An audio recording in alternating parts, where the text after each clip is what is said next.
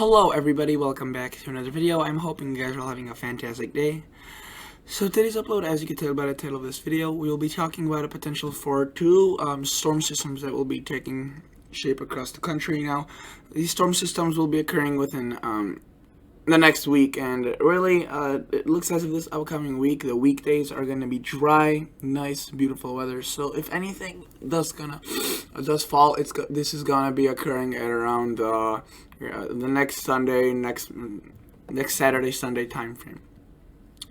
So if you guys are new to this channel, hello and welcome. I'm a hobbyist, not a meteorologist. I do this for the fun of it. We have a group of weather enthusiasts, weather fans on here, and we have the time of our lives on here. We do so much fun stuff. So if you guys would like that, I would like to join this, consider subscribing. And if you're a returning viewer and you like this channel, consider liking the video.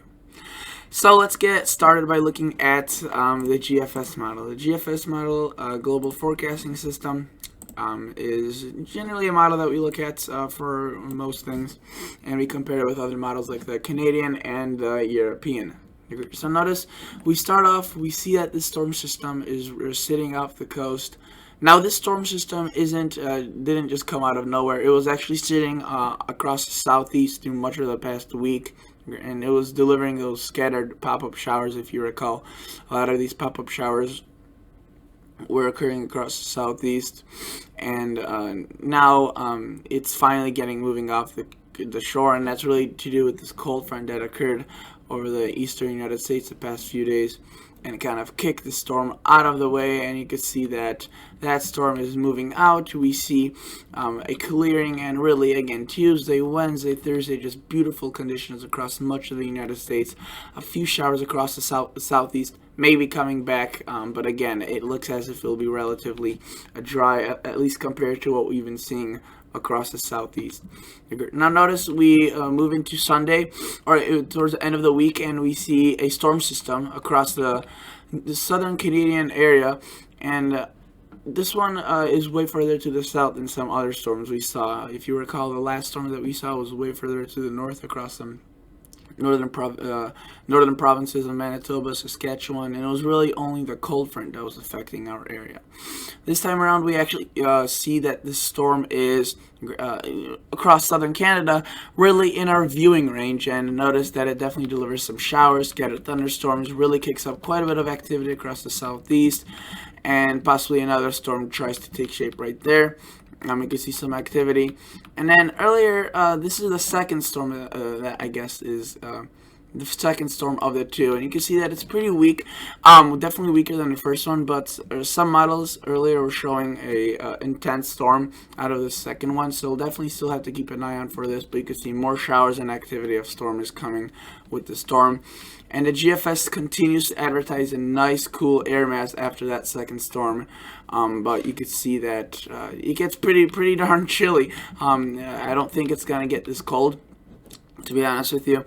It's really just the GFS that is showing this, and if you were to look at the temperature anomaly, it just gets brutally cold for this time of the year. But we'll see if that occurs. It doesn't look like if that is likely at this point. Moving on to the high resolution European model, we see that we look at, this is the precipitation. You can see not that much really. It's mainly across the southeast and northern United States, but again this only goes out throughout a week and a half. So, and again, and like I mentioned, this whole upcoming week is going to be dry, from really Monday to Friday. It's going to be dry as really the high pressure is in charge, and it doesn't look as if anything will be in its way. So let's take a look at this European model. Again, we see a storm that was sitting across the southeast, moving away from the United States, and it's getting kicked up by this cold front. And after that, we see again calmer weather. A few showers still may be occurring across the southeast, but really not in the same coverage that we've been seeing in the past few days. Notice we start seeing the precipitation from this first storm. You can see the European model definitely has indications of that. Quite a bit of showers right there as well. And here's that second storm. You can see the European kind of has a little bit more defined. It's further to the north, but again, the cold front kind of tracks across the United States. And we'll definitely have to keep an eye out for this as it starts bringing some showers and rain across the northern United States. You can see that they're also showing a bit of a tropical threat, the European model. We'll have to watch out for that. Again, it's far out. It's just it's still very far out, and we'll have to see whether or not that occurs. At this point, it doesn't seem awfully likely, but again, a threat is a threat, and we'll have to keep our eyes to the skies, if you will, and on the weather models. Let's look at, I wanted to show you now the Canadian model, CMC. This model is also a pretty good model, though again, I tend not to like it as much as the other, the GFS and European, as it usually jumps around a bit and usually is a bit more wrong than the other two models. So notice as we look at this, we see the storm in the southeast pull away. And from the southeastern United States, we see dry weather. We start seeing that first storm system tracking across the southern Canadian area and affects the northern United States. Lots of showers, lots of storms possibly with that. Then the Canadian also shows a threat for the tropical activity. So, you know, two models showing the threat for some tropical activity definitely means that it could be it could be a concern. Though again, it's a bit far out, and we'll just have to keep our eyes peeled to it and keep you guys updated. Notice we start seeing that second storm. The Canadian really shows that as well, and it introduces some cool air behind that as well, and drags a cold front across the United States.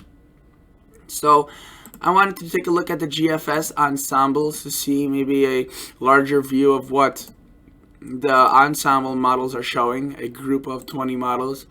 And let's look at a 7 total day precipitation anomaly.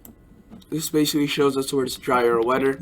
Notice that it introduces quite a bit of wetter precipitation across the northern United States, and it really stays dry across the southern United States. But again, it could get wet here if that tropical activity does hold true, which some of the models are showing. If we were to look now at the GFS ensembles in terms of temperatures, I want to quickly look at the temperatures as well. Let's look at the 5-day averages. Notice we are in the cool down right now. They're showing a bit of cool air compared to what you've been seeing. The western United States is very hot. It's steaming. It starts kind of breaking down this pattern, but we still definitely see a bit of cool air across the northern United States according to the GFS. The European model really isn't buying into this. If we were to look at the European model, it shows some signs of cooler air, like we are currently seeing into Tuesday and Wednesday, but really it stays limited to Canada, and much of the United States kind of misses out on this. You can see that they don't really see a lot of the warm, the warm air, or they do see a lot of the warm air versus the GFS, which shows a lot of cooler air. Let's take a look at the 8 to 14 day outlook. This is valid from the 24th through the 30th of August. Notice we look at that. Above average temperatures, it's not awfully high confidence. You can see it's 33 to 40% confidence. But again, they're leaning towards the warmth, and I agree with that. I don't think the GFS is really doing the best job showing that cooler temperatures. You can see it only shows a bit of the cooler temperatures across the northwest into Washington and Idaho and western Montana. And if you look at the precipitation outlook, it stays mainly dry, and that seems to be the case because, again, even if the two storms do occur, these storms are usually scattered. They're not widespread, and the storms are isolated. And, if one area does get a lot of precipitation, it doesn't mean that the neighboring area will get equally as much, and if that's not going to really qualify it as being above average just because one location got a storm that had 3 inches of rain while the rest of the whole state got not a lot. But again, the threat is there for those storms, and we definitely have to keep an eye out for that. So that is definitely a concern, and we have to keep an eye out for that. I wanted to quickly look at the National Weather Service Weather Ready Nation map, and what you see is really across the west. We just see a whole lot of pink, purple, orange colors. That is indicative of just a heat, and it really looks as if the west will just be sweltering in heat. But I also want to point out, look, there's a thunderstorm threat right now occurring across Kansas, Nebraska, Colorado, and even though there's not a single storm really that is affecting this area in terms of a large low pressure, we still are seeing a threat. in the summertime and even early fall, you often see no large system, no large low pressure, but you still could see a threat of some storms, and you can see it's kind of starting to blow up across Nebraska, really across I-80, moving into portions of Iowa and really parts of Texas as well. So definitely stay tuned. This could, if you were to look at the GFS model, it definitely shows that threat of those showers this week, but it's going to be really, really limited compared to what we've been seeing. You can see just really few areas of this, and it seems like it's only going to be a few isolated pockets. And only this upcoming weekend, we start seeing some more widespread activity. So, yeah, that's basically it for today's video. Just wanted to, guys, inform you about what's to come this weekend. Sorry, the rest of this weekend, a few hours left, and this upcoming week. And again, for official weather information, go to the National Weather Service, and that's where you will see official data and official forecasts, and they'll keep you informed. So thank you guys so much for watching. Consider liking the video, consider subscribing to the channel, and I'll catch you all guys in the next episode. See ya. Bye.